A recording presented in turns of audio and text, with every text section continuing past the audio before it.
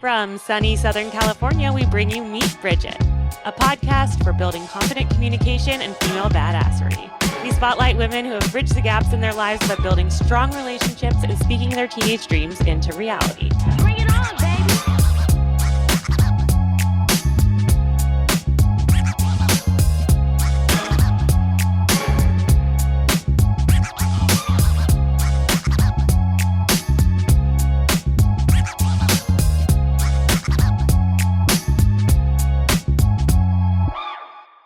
Fasten your seatbelt. Welcome back to Meet Bridget. I'm Keshiia Rosenberg, and I co-host this show alongside my best friend and Meet Bridget founder, Asha Gabriel. We're in our 5th season of the Meet Bridget podcast, where we get to share the often untold teenage and young adult stories of successful women from all types of backgrounds and all sorts of careers. It's an extension of everything that we've done over the last 10 years, just building this platform. And it's just really cool that we continue to be able to share really impactful stories. Today, I am welcoming back Houston native and dance professional, in all the things, Caley Crawford. If you have not listened to part 1 of her journey, I highly recommend going back because she has just held a myriad of different experiences, professional and personal, across the dance spectrum. And today we are going to get into what she does in her day-to-day and how all of those different experiences have informed who she is and how she manages her success story today. So definitely go back and listen to part 1 if you have not listened. So welcome back, Caley. I'm so excited to have another, hour of your time to just dive in. I think when we were recording the first episode, part 1, there were so many nuggets and so much insight, and just you were really spouting out these valuable pieces of truth that I think are so impactful to anyone listening, and especially anyone in dance or musical theater who's really interested in doing what you do or doing a version of what you do. So I'd love to just kind of backtrack a little bit, and if you can tell our audience what you do in your day-to-day now with your studio, and we'll kind of bring it back to all of the experiences that allow you to do that successfully. Awesome. Thanks. It's good to be back. So my day-to-day is pretty busy. It's kind of like wearing a bunch of hats. I do still have a day job. So I have a remote full-time day job that I do that's in kind of the digital fitness space. And I'm really blessed that that's very flexible. That allows me to then run the studio in the early evenings and through the evenings. Right now we're kind of in a lull because we have a few weeks off between our spring classes ending and summer camps and summer classes starting. But I'm trying to do my day job and then also build the studio. We just wrapped our first full year of classes, which was really exciting. Also a huge relief when the last class ended. Just really nice to have a couple weeks off before we start our summer session. I honestly, a lot of my day is spent, I drop my daughter off at school. I come back. Anytime I'm driving, I listen to a podcast, either kind of in the fitness, brick and mortar fitness space or dance studio space. There's more podcasts out there for fitness, and it's all pretty relevant to what I'm doing. Yeah. However, I have found a few that are more for dance studio owners because I came from the last 6-7 years of my life. I was working with Row House and Exponential Fitness and working with franchisees around the country to help kind of train their coaches and essentially run all the class programming and the experience itself. So I have a lot of knowledge and information in that world and what it takes to run a brick and mortar fitness studio. But I'm learning, and I've learned this year that dance studios are very different. Though there are a lot of similarities, the product itself is so different, and our customer base is mostly kids, which is very different. So it's just, I have to kind of learn, I think. So I'm listening to a lot of podcasts, and then of course learning through my mistakes in this first Yeah. year. Yeah. But yeah, I I mean, that's really it. I love that. And I want to, so for our listeners, again, like part one, Caley dives right into, we dive right into how she got to owning her own studio. But basically, Broadway Dance Lab is a studio that you grew up in. I mean, you kind of made part of what's so cool about your journey and your success story is that it really comes full circle where like you're Houston native, left Houston to go to New York to do all of the auditioning and dancing and musical theater. And, a lot of life happened in between. And then you came back and now you are the owner and founder of Broadway Dance Lab, which is, from my understanding, the studio that you grew up learning to dance in, finding your love for musical theater in, and now you get to take over the helm and kind of retransform it under your own wings. So like you said, it sounds like you have to wear a lot of hats. And what's really cool is because you still have one foot in the fitness world, working with the brands that you've helped build up over time. I like how you mentioned that there are similarities, but there's big differences in you're used to organizing the classes and courses and developing programs, which to me sounds like a lot of what you'd have to do with running a studio. But this time you're doing it with children. Mm-hmm. Mm-hmm. Oh yeah. And just like the way that memberships work in dance and tuition works in the dance world is so different than fitness. Yeah, when you're dealing with kids, there's just a lot of things that you have to think about. There's a lot of the offering is much wider too. When I was with Expo, I was specifically working for Row House, which was a pretty niche, brand, and our product was mostly rowing based, and we did some floor work, but it was pretty niche, right? And with dance and theater, like we have acting classes, we have voice lessons, we have every style of dance you can imagine. And so there's a really large like product offering. Camps are obviously a big thing. So it's just the product is like much wider, which is great, Yeah. but it just means that there's a lot to keep track of, and a lot of communication and teachers and all of that is just a little different than the fitness space. Yeah. Yeah, I mean, you have to take care of everybody. Do you get to interact with the students on a day-to-day basis and like the parents and everything? Are you okay? You're nodding your head, yes. So I try to make a point to teach at least one dance class of every age group, just so that I like really get to know all the students, and because I really love teaching.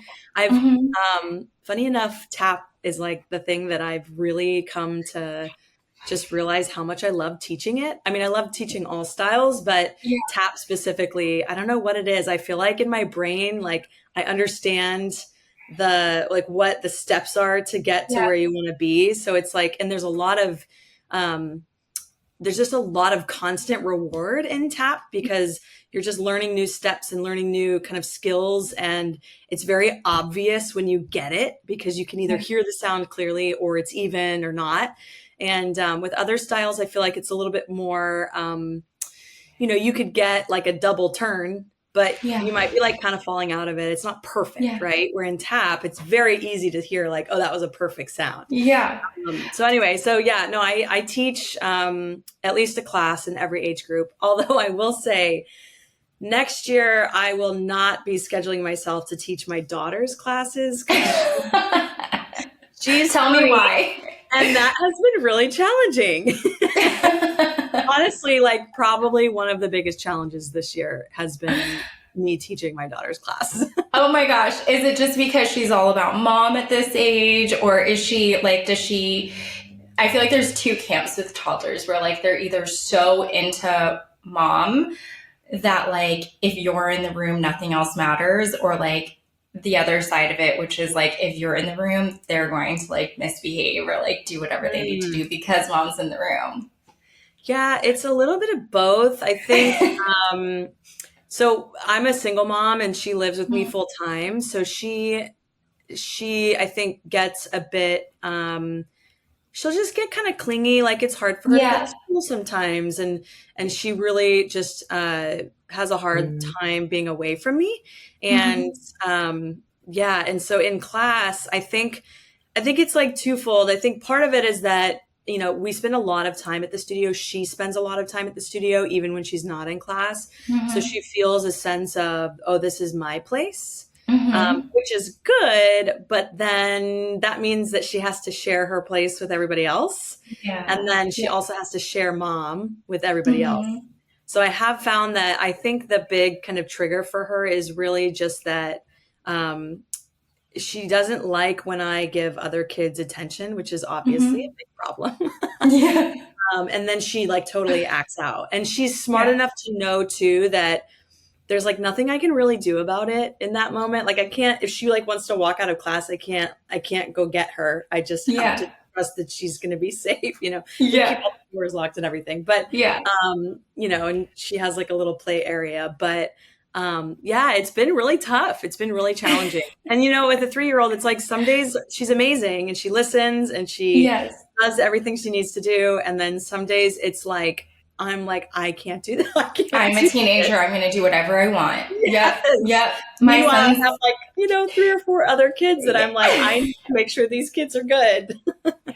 It sounds, I mean, it's funny, we're laughing, but it's challenging, like juggling being a parent and a working parent. I work full time and my son's going on 3. He's 2 years and 8 months. And it's incredibly, I mean, it's so much of what you're describing about your daughter sounds like what my son is developmentally going through. And it's like such a fun time, but it's so challenging because they're developing and like there are things that they don't understand, but they totally do act like teenagers. And so it's very cool to hear that you are doing this, and you're doing it where it's like she's in your workspace. So it's not like I go to work and I'm in my office and my son is at home or he's at daycare or preschool, whatever. That's challenging as it is. What's your favorite part of all of this? I mean, these are all challenges that are part of life, and I got to know a little bit about you and how you seem like somebody who keeps the ball rolling no matter what. I mean, you went from COVID to being a single mom to coming back home to opening a studio, and now you're in the thick of it where you're running this business successfully, you're organizing these classes, you're doing all of this, and your mom, and you have your daughter there with you. Yeah, I think generally speaking, I am and have always kind of been the type of person where like when I see an open door, I walk through it, which can be a good or a bad thing. But yeah, I mean this experience was totally that. Like and um yeah, and I don't know, I think at least with any sort of like job opportunity, it's always been that way. I mean, me moving from New York, totally leaving theater behind and going to exponential fitness and just like Mm-hmm. pivoting and going all into fitness. Like nothing happened in New York. I had just hit like the peak of everything that I wanted to do. I had just like 6 months prior closed my Broadway show, and it was like I was up here and I just saw this door open and I was like, well, I guess I'll walk through it and see what's Yeah. behind the door. Thinking that it was going to be like, oh, I'll just try it out for a couple months and see if I'm into it. And it wasn't that. It was like, okay, you're going to go all in for 6 years. Yeah.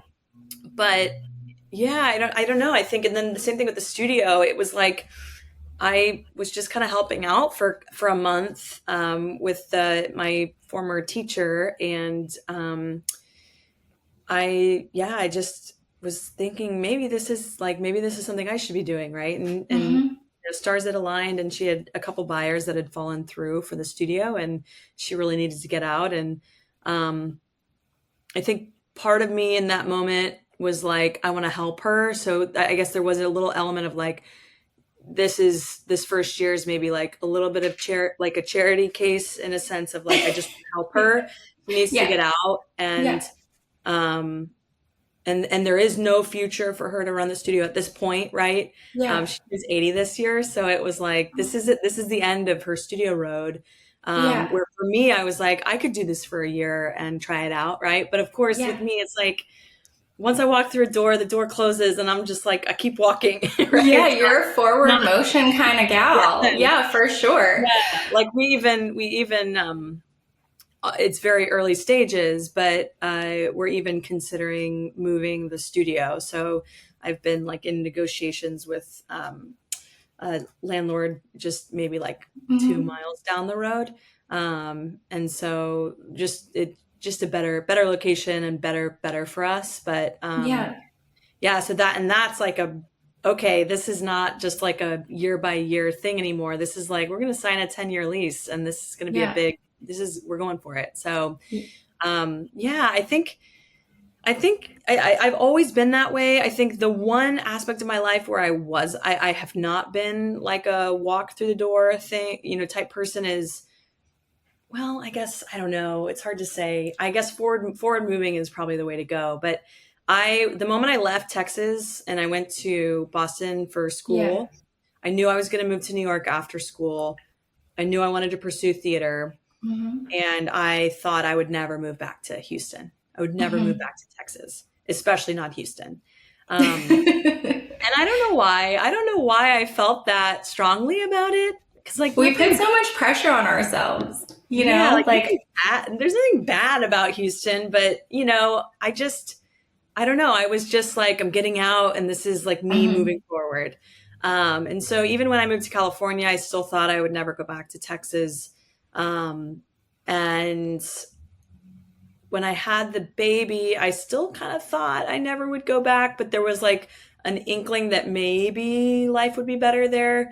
And then, my daughter and I moved out into our own space when she was like 8 weeks old. So it was pretty intense first little bit of her life. Yeah. And then we were in our own apartment from then until she was about 2. And then that's actually like 6 months into us living on our own was when I really started to think, wait a second, like maybe like this isn't it, right? This isn't it for me. This isn't it for her. This isn't it. And so she's got 1, 2, 3, 4, 5, 6, 7, 8 cousins that all live within like 3 to 4 miles of each other. And most of those live within like a mile of me right now. Yeah. And my parents are both still alive and together. And we just, it took me like 18 months to really make the decision because I was essentially, that was really the first time I'd ever like said to my work, like, okay, I'm going to put my work aside for now. Like you guys are going to have to be okay with me moving. And luckily they were, but I had to kind of get to the point where I was like, at this point, I'm going to move. You can keep me or not. Right. Like I was set on that. Whether or not they were going to keep me wasn't going to change my mind on it. But it took me like 18 months to really make that decision. To get there. Yeah. To get there. Wow. I mean, these are not small decisions. And walking through the door, I mean, it sounds so easy conceptually, but it takes a lot. Do you feel, and I'm so excited to get into this because it seems like a magical world. And I know that's, I don't mean that to be like, I don't mean that to detract from how much hard work goes into it, but you were working in musical theater when you were in New York and going to the auditions and also working while you were doing this to like, make sure that you're like keeping the dream alive. So really you are somebody who fully, I think, understands burning the candle on both ends. And so I would love to know, in making all of these big decisions, this big move to California, big move to Boston, big move to New York. Most of the time it seems like you were very, like you had a direction you knew that you were moving into. What experiences I guess, informed just how self-assured you are? Like, was it the Broadway experiences and auditioning and like having to get through the yeses and the nos? Was it something that was just innate from childhood, or, you know what I mean? Like, Yeah. I want to understand a little bit more about, how you have pushed yourself through these things, because they, like, in forward motion, like, that takes a lot of work and effort and grit, I think. Yeah, I think it's less of that I am very sure of Mm-hmm. what I want and where I'm going, and more of I'm uh resilient. Like I and I think a lot of that is through dance and Mm-hmm. auditioning. Like even when I was little, like we were auditioning for shows all the time. And then in New York it just gets way more intense, right? Mm-hmm. This is something that's interesting about auditions that most people don't know unless you're in the space, but it's not like a job interview. Like a job interview, you go to the job interview and then they tell you no or yes, right? They Mm-hmm. tell you didn't get it, or your recruiter says you didn't get it. Sorry, you're not the right fit. For an audition, they don't tell you. You just never hear. You just never hear anything. Oh, So like I didn't. you don't know that you didn't get the job until the cast announcement goes out on playbill.com or whatever, right? Mm-hmm. And so you just get to the point where it's like you go in and you audition and you just have to be like, I'm just going to give it my all. And then the moment you walk out of that door, you leave it behind, right? Mm-hmm. Because like emotionally, you have to leave it behind, because Mm-hmm. if you're constantly like thinking, okay, when's the call going to be? When's the call? It's like, it may never come. Right. So Yeah. then you're just wasting energy and wasting emotions and time and space. So that took me a long time to learn. But I think that's a big part of it, is like, there was some, and obviously this is just a number that people threw around, but for me, it was pretty true. For some people, it's not. It's maybe more or less. But Mm-hmm. I always kind of went in with the notion of I had to, for every 10 auditions, I would get, oh no, for every 100 auditions, I would get 10 callbacks, which Mm-hmm. means they're calling me back to see me for a part or whatever. And then for every 10 callbacks, I would get one job. So like for every Mm-hmm. 100 auditions, you get one job. And that might be a little extreme, but it was pretty close. Like I Yeah. auditioned a lot, right? Yeah. And I think you just learn to be just persistent and Mm-hmm. like resilient to no. When somebody tells you no, it's like you become resourceful and you just figure out a way to like push through and get it. Um, Mm-hmm. and then I think another thing is like, even if you don't feel like it, you get up and you do it, right? Like Yeah. even if you don't feel great and you don't feel like working out, or you know I mean, maybe working out for some people, but for me it was Yeah. auditioning, right? If I don't feel like going to this dance call, I got up and I did it, because I Yeah. knew that like what I wanted was on the other side of that dance call, whether it was this dance call or the next one. You just never know what it's going to be. And honestly, for me, the kind of the linchpin for my career in theater, there was an audition for a world premiere of a show, Holiday Inn, at Mm-hmm. Goodspeed Opera House. And I was non-union at the time. I was working towards my equity card. I was trying to become union, but I was still non-union. Oh, sorry. So busy. Okay. It's okay. And I didn't feel great that day, and I didn't want to go to Yeah. the audition. And I like vividly remember not wanting to go, and then me being like, okay, fine, I'll go. And Yeah. that audition was the reason I got my Broadway show. Like that audition got me the world premiere of that show, which then I got to do another production of that show. And then that show went to Broadway and they ended up keeping me, which I was really grateful. But yeah, I don't know. I just think it's like, if it's like, I just like have this vision, or this like, maybe this is like the visual of it. You know, when people run and they're running and they're training and they have those parachutes behind them, Yeah. or Yeah. like running with parachutes. Mm-hmm. That's kind of Mm-hmm. how I feel like most things are for me in my life, Mm-hmm. is like I feel like I'm running and there's like a parachute behind me, but it's not stopping me. Like I'm still running. Yeah. And I don't know that that's like who I am and like as a human all the time. I don't know that I don't think I was born like that, but I just think I think the experience I had with theater and auditioning and getting told no over and over again and having to push through that has given me, like a grit. I mean, also living in New York, I think probably gives you just a natural grit I don't have, but you leave just a little rougher around the edges. Was there ever a no when you were auditioning that just really hit hard? Like, was there ever a no that just really affected you? Yeah, I'm sure. Not one that I can think of that like really made a lasting effect on me.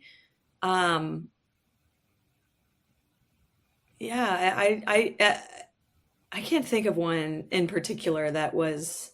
I mean, there were many times where I was in final callbacks for a Broadway show, and I thought, oh, this is it. Like, this is perfect for me. This is like exactly my style, and I didn't get it. And so I think you just go through enough of those to where they just don't sting as bad. You just kind of like keep moving forward. Yeah, I don't know. I love that what you extract, though, is the resilience, because it's so true. It's like and it's so great. I love the way your brain works, too, that you're like thinking to yourself, okay, so for every 100, there's 10, and for every 10, there's the one job. So better get to it. So, but I mean, it gives you an actual marker for success, because it's true. It's like, I think there's a lot of instant gratification now, especially just with how quickly the world works. Everything's at your fingertips. So it almost feels like, if I just log in for a day, I'll become viral or whatever. You know what I mean? Like, there's that kind of mentality that exists in the world. And the truth is that everything really does take, 100 failures, if you will, or 100 tries before you get the one. I mean, those are the real numbers if we're really getting into it. And so success isn't just something that happens overnight. That like feeling of being able to move forward, that resilience isn't built in a night. It's built throughout those 100 plus no's and the one success where you get to look back and be like, this is what it's for. This is why I work so hard. I also just love, because this is exactly me, like where you don't feel like working out and you're just like, okay, well, at least if I just get out of bed, like maybe I'll end up walking to the gym. And maybe like while you're on the walk to the gym, you're like, I might as well just try one workout. And if I hate it, I'll leave, kind of thing. But just taking it like a step at a time, like gets you closer to the end product. And before you know it, you've completed the whole thing.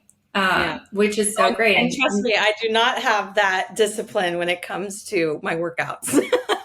I used to, but now ever since I had a baby, it's you're just filling different cups. Like, I mean, we're not infinite. So as much as I think moms strive to be and mostly are, so I'm sure at a certain point, you have to like shift what you're pouring into. It's an incredible thing. And I'm sure your daughter will continue to grow looking at everything her mom's doing. And, she's only going to learn and be better for it. What other experiences inside or outside of Broadway do you feel like really lend to, how you manage everything? Because it's wearing a lot of hats takes so much energy and organization. So where do you feel like that you really started to hone in on being able to do it all, per se? Yeah. I think I'm not a very organized person. Let me start with that. I'm like a weird blend of type A and type B. And actually what's interesting is some of the people that I like look up to the most, just in terms of being a mom and careers and all of that, are also kind of the same, where they're like type A when it comes to certain parts of their life, and then very type B when it comes to other parts of their life. Like my home is not the most organized home. Now, when I'm not super busy, obviously the organization goes up. Like it's much more organized because I have the time and the energy to do that. But I definitely am not the most organized person in general. But I understand and acknowledge and respect that there are certain parts of my life that must be organized, right? Anything involving my daughter and her schedule and school and lunches and all of that has to be organized. My work has to be organized, especially with the studio. There's just, it's a lot of money on it, right? Like, and there's a lot of students to keep track of. And so, luckily I have a lot of tools and softwares that help me with that. But, no, I think, I don't know. I think I'm good at multitasking. However, I guess I do tend to start a lot of projects and I don't finish all of them when it comes to my personal life. But when it comes to work, I'm good at wearing a lot of hats. I'm good at like doing a lot of, a little things, a little of a lot, I guess. Yeah. I'm not sure that's actually the most productive though. Like I'm still very much, I'm constantly thinking to myself, like, is this the right thing to do? Or should I just go all in on like focus on one thing and do that really well, right? So I would say, I really don't have a lot of advice to give when it comes to orienting your tasks. I'm probably not the best. I'm, still very much learning, but I think, one experience that just to answer your question, that's how my brain works. Boom, boom, boom. No, it's fine. It's so creative. And I love that because creativity really, you think that you have to be one way in order to find success. But like the reality is you can be a completely creative, different type of thinker and still run a studio and have joy and success in that. And I think that's the goal. Yeah. Yeah. I think one of the experiences that, was very eye-opening to me is when I did Holiday Inn on Broadway, I was a swing. So for anybody that doesn't know, a swing in musical theater is basically like an understudy times 10. You understudy, like I understudied 9 tracks, so 9 women in the show, basically all of the ensemble. Wow.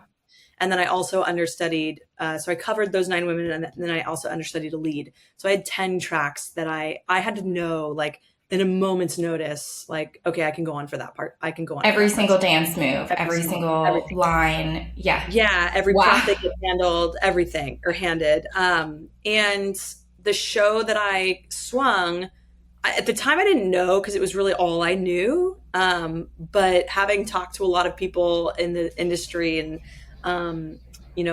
we had 2 female swings. I was one of them. And then our other swing, Jen, had been in I think 11 Broadway shows or something at that point. So she had a lot of perspective.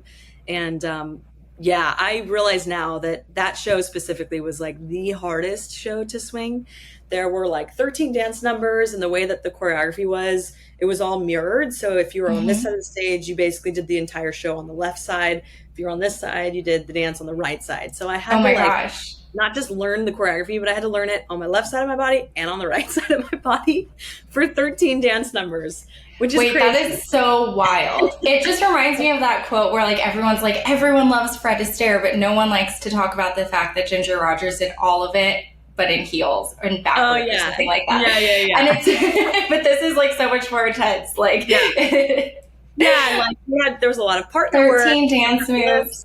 Yeah. So really 26 different routines for one show. Yes. Wild. Yeah. I mean, you've got to give yourself the multitasking credit for that. Yeah. Yeah. I think what that show kind of opened in me is, and I actually think about this quite a lot, but when you're understudying a part or a swing especially, I mean, there's a process to how you write down your notes, and I was super organized, and I had a little note card with all shorthand that basically gave me where I needed to enter, exit, who I grabbed hands, what prop I got, everything I needed was on this note card, right?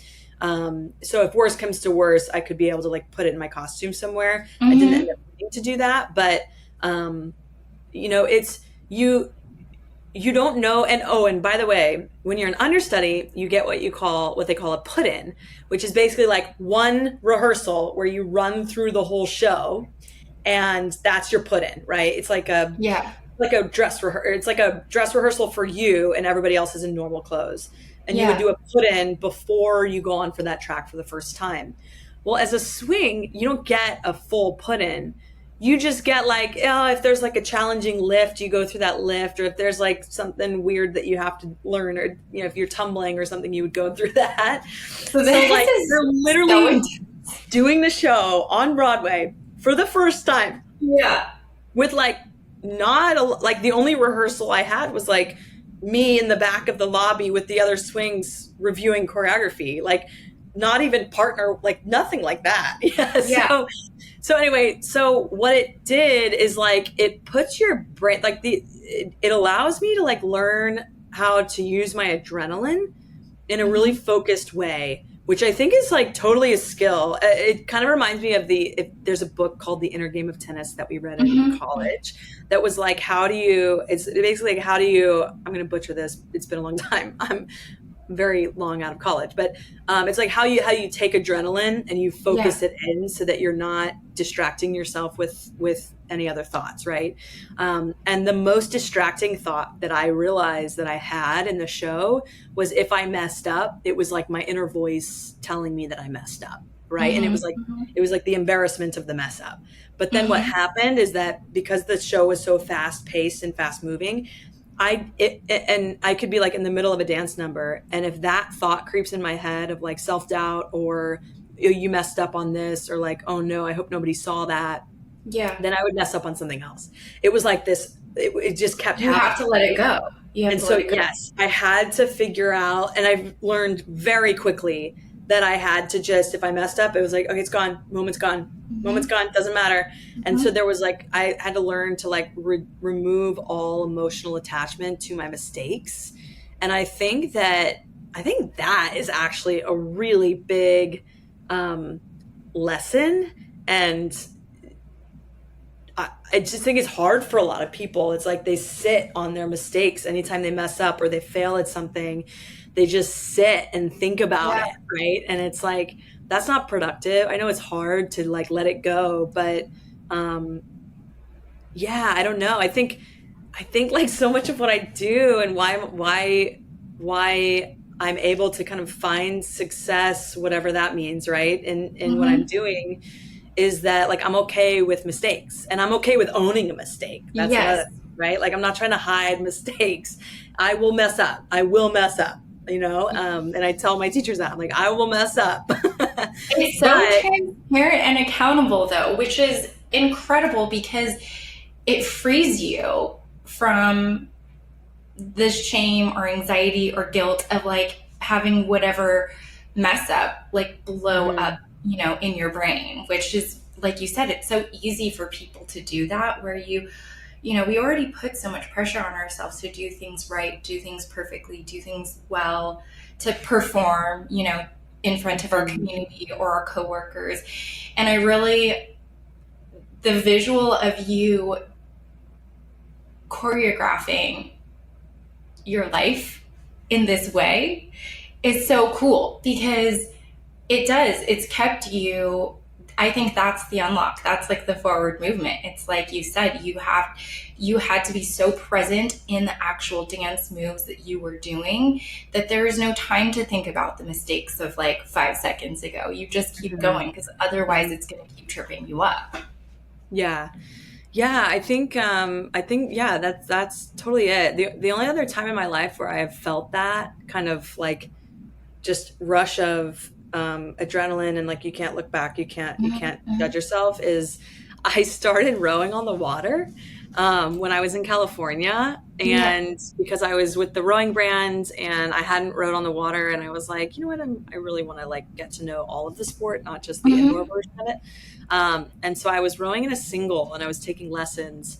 And if you've ever rowed in a single really before,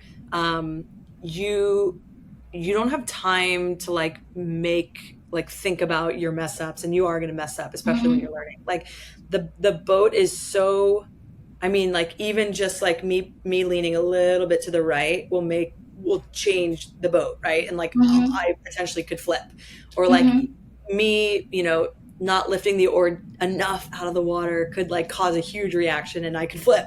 And so like I just learned like in that moment, that was when I was like, oh my goodness, this is what my brain right now is like in the Yeah. same place it was when I was swinging in the show, where didn't have time to judge yourself because then you would make more mistakes.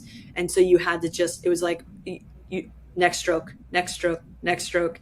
And I think I had like an aha moment where I was like, oh, some people get this from yoga. I was like, Mm-hmm. oh, some people find this focus and kind of intense tunnel vision almost when they do Yeah. yoga. Like I think that's like it almost is like a meditative state, but a very hyperactive meditative state. Mm-hmm. Mm-hmm. Um, I never get that in yoga because I think my brain is just like bah, bah, bah, bah, bah. So I Yeah. think I thrive off of like fast moving, high risk situations. I don't know. I do have to say though, I think part of like, just to acknowledge it, I think part of why I am a risk taker and I walk through doors, even though like, I don't know if that's the right move, is I'm the youngest. I'm the youngest of Yeah. four. Right. And Mm-hmm. so, and I'm super blessed. Like my parents are here. My family is here. I have two brothers. I have a sister, and we're like, we look out for each other. And like, if one of us loses their job or something happens, like Mm-hmm. the whole family literally will be like, what do you need? Yeah.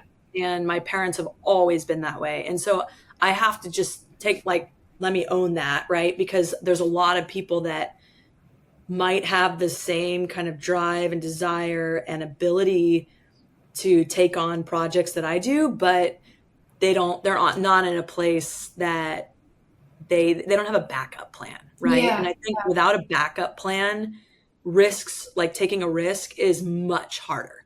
And so Yeah. I do think it's important to acknowledge that. It's yeah, when you don't have savings, right? Like I for the first time in my life have savings since moving to Texas. I didn't have that before, right? I was like paycheck to paycheck.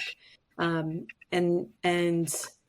without that, you when you don't have a backup plan or a plan B, or like Yeah. somebody behind you, then it's really hard to take risks. And so I think it's important to, like, if you are that type of person that wants to do big things or go out and start something new, like, you've got to kind of build a safety net so that you can do that, especially if you have kids. I think Mm-hmm. that's a big one. Mm-hmm.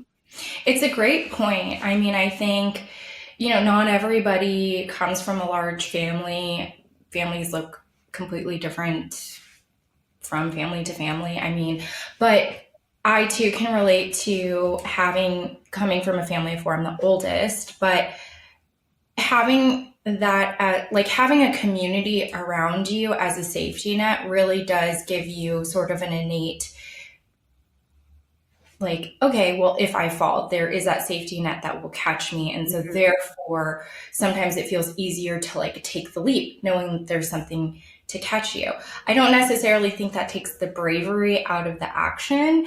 It just, it's a different starting point. But what I think is really cool is that you are so self-aware that that's part of your strength.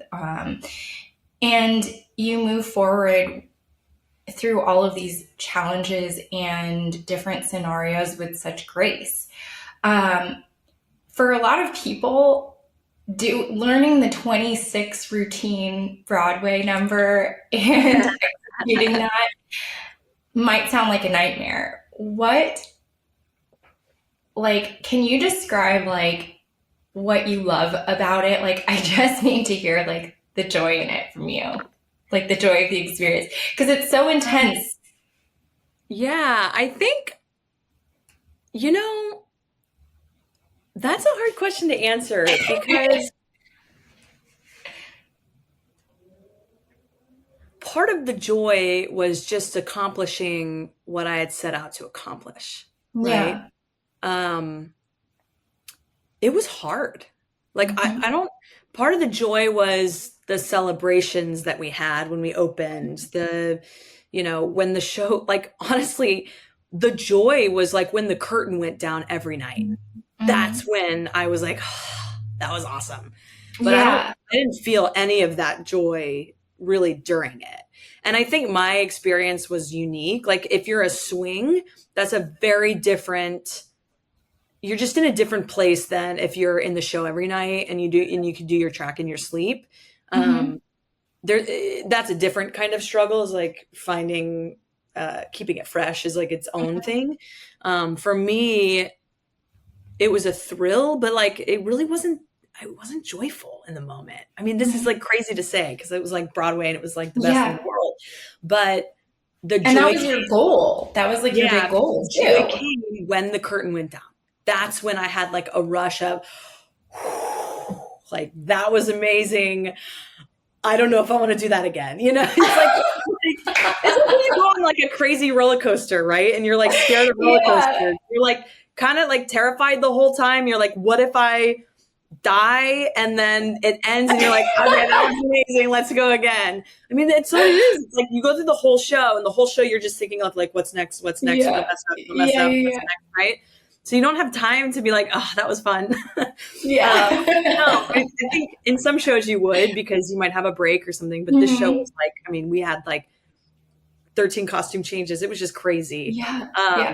So yeah, I think the joy came when the curtain went down every night, which is just an interesting way to think about it. But I think also that experience was so hard that's what allowed me to walk through the fitness door, is because I kind of felt like, okay, I did it, right? And it was hard. And not that I'm not afraid of hard things, but I just felt like a check mark, you know? On the contrary, I would say like it almost sounds like thrill seeking, even though you're not like base jumping and stuff, but it's like the way that you describe your dreams and aspirations and then your goals, it's so exciting. And it like, I literally feel like I am on a roller coaster, because I'm like, okay, what happens next? And then like, but that routine felt like so energized. And then you're like, now it's done. What's really cool about this is like, a lot of people think about success in terms of, I have one set goal. I have this thing that I'm going to work for, and then I'm going to be super happy, and then that's it.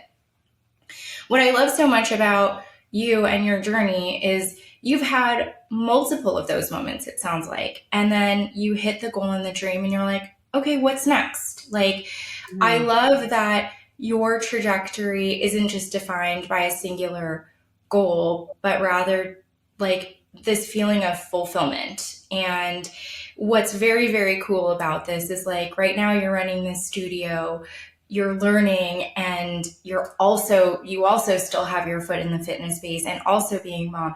It's almost like I said earlier, it feels like you've choreographed all of this to work really well in all these different stations of your life. So rather than having like one thing that you live for and are in, it's like, no, Caley loves all these things and is great at all of these things. And like, this is how the dance plays out, like in the day to day. And maybe that's because you describe a lot of portions of your life so vividly. I don't know if like you see yourself like, I mean, you described yourself as like a runner with a parachute behind you. Like if that's how you see all of your life, like you're just able to visualize it in like such specific movements that it all plays out that way. But it's really cool because it's like, you can really hear all of this. And at least for me, like I see it as like your Broadway show that you've put on, like you've got all these moving parts, but like every piece of it is so colorful and cool and like, you know, organized in its own little way, like on its own little note card. And it all comes together in like this one big dance. Mm-hmm. Yeah, I'm not sure anybody would buy tickets to the Broadway show that is live. But yeah, I don't know. It is kind of interesting when you look back and it's like, oh, the fitness wasn't random. Like that was complementary to what I was doing. And that's what helped me get this. There's like, you know, like little stepping stones that help you build up to where you are. yeah, I think I made a lot of mistakes. Like I've just made so many mistakes in my personal life, uh, and I don't know. It's just like I think I'm at a point now where I'm like, okay, how can I take everything I've learned and Mm-hmm. all those mistakes that I made at one point in my life, which at the time I didn't think were mistakes, and I look back and I'm like, oh, that was a mistake. I shouldn't have done that. And like, how can I help? I don't know. It's just it feels very full circle, and it feels like Mhm. now I'm in a place where I used to be very um, selfish, and I still Mhm. think I am a little selfish, but I used to be very like, I'm going to figure it out. I'm going to figure it out. Right. Like Mhm. nobody get in my Mhm. way. I'm going to figure it out. Right. I'm running with the parachute, get out of my way. Um, and I don't know that my friends and family would necessarily say I was like that, but I didn't lean on anybody. I didn't ask for Mhm. help. Even when I had my daughter and we were living, in our apartment in California, I still didn't really ask for help, right? And so it Mhm. wasn't until I moved to Texas and moved back home, and it wasn't until I decided to take over the studio and rebrand it, Mhm. that was like, this past year has been insane for me from a development standpoint of like, Mhm. oh, I have to ask for help. Like Mhm. I have a village that I wasn't leveraging for my entire life. Like they Yeah. were there cheering me on, but I wasn't help. I wasn't asking them for help, right? I wasn't asking my friends for help. I wasn't asking anybody for help. And I was just trying to figure it out on my own, which I think Mhm. in some cases built part of that resilience and built a strength and a confidence that I could do it. Mhm. Um, but the past year, yeah, something I've realized is like something I think I've developed in on a personal level is like my dad is a retired commercial real estate guy, and so Mhm. he helps me with negotiate the lease. He's potentially helping me negotiate another lease. Mhm. My brother does construction, and he's essentially like a large scale GC. And so Mhm. if we do end up taking over this new lease, he's going to basically like facilitate all the construction for me and help Mhm. me, right? Um, my other brother does like real estate and building management, and so I've like learned a lot from him. And um, uh, my sister's like in personal finance, and so I do need help on the accounting side, but I do hire an You have a accountant. whole team. Yeah, like but I have, I figure out how this year has just really helped me kind of say, okay, here are the people around me, right? Like Yeah. these people want to help me, right? It's not weak of me Mhm. to ask them to help me with something that they're an expert at, right? Yeah. That's not weak of me. And I think that's something that I really had to learn the hard way is like, I think at first it made me feel like I needed them, and I didn't like feeling Yeah. like I needed someone or needed something. Like I Yeah. can do it on my own. But no, like I think part of it is just like recognizing like, hey, they're better at this than me. My time is Mhm. valuable, their time is valuable. Like I'd rather pay this person to come help me or trade, doing a lot of trades these Yeah. days with family, right? Trade, and they can help me with something that they're an expert at. It's going to take them half the time, right? So that's been a big learning for me, especially like for anybody listening. Like if you're somebody who is like a go-getter, striving for something big, independent, like Mhm. watch out because there might be moments in your life where you being independent is not the way to go, right? And Yeah. you have people around you that can help make your life easier, and it's not weak to Mhm. ask people around you for help. So I think that's been like a massive learning for me this year. I think that's such an unlock too. I'm sure there's so many people that can relate because this, there's this like independence is the darling, like everybody wants to think that like the way to doing things right or being successful is to like be self-made, do it on your own.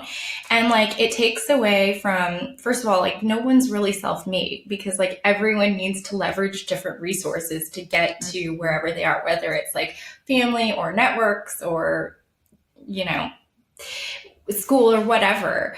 But I think it's so cool that with every step of your journey, you unlock a new learning. And in this stage, it's so cool to hear that you are learning how to leverage those resources and continue along this path of being so insightful. And like, I just see this whole theme of you consistently looking in to figure out how you're going to take your next like outward step. And I feel like that's gotten you so far, and it's really cool to hear that now in this like portion of it, like this new unlock is like, okay, like I have this whole new learning and it's opening up all these doors for even more opportunity.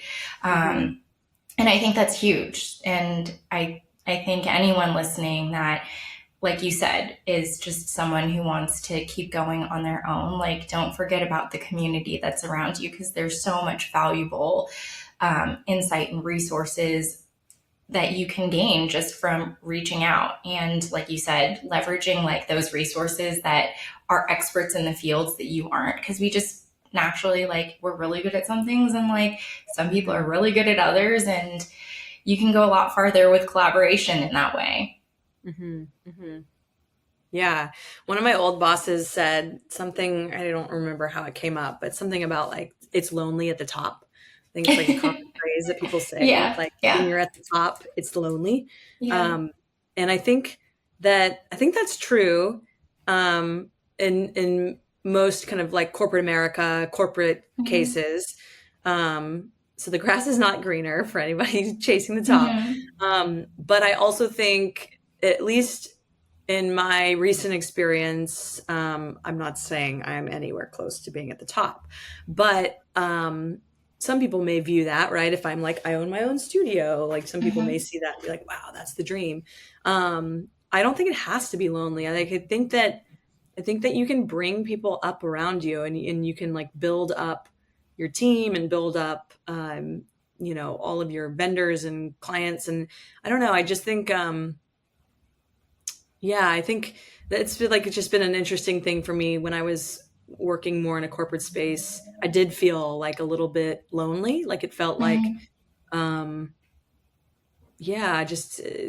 can feel that way when you get to like a certain point.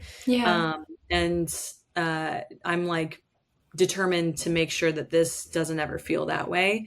And so I don't know, it just kind of like changes. And maybe it's different if you're, I think this is really like the only company I've ever owned. So I think maybe it's different if you own the company, but I don't know.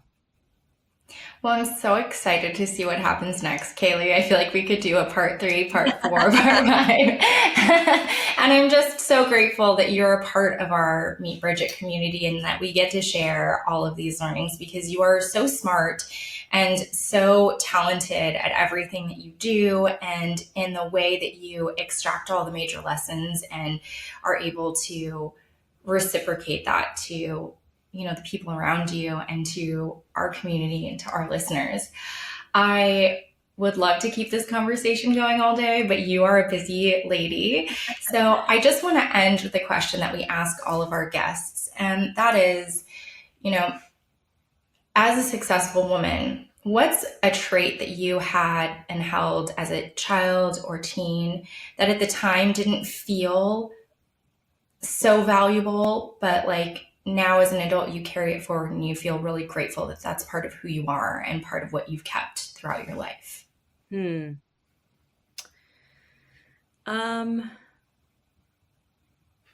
Gosh.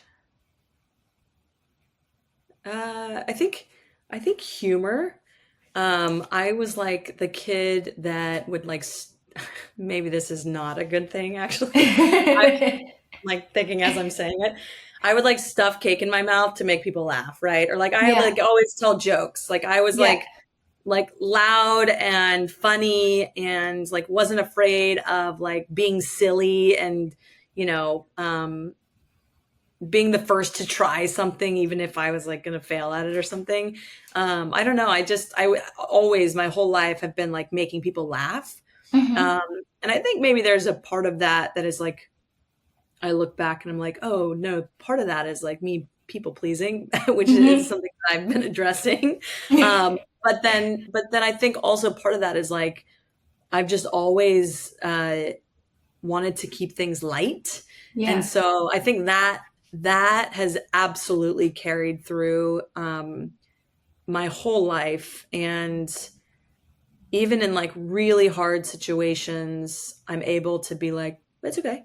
All right, we'll figure it out. Right. Like, yeah, this is tough, but we can get through it. You know, like there's like a lightness to it that I think has helped me in so many circumstances. And I'm able to kind of like brush things away a little bit.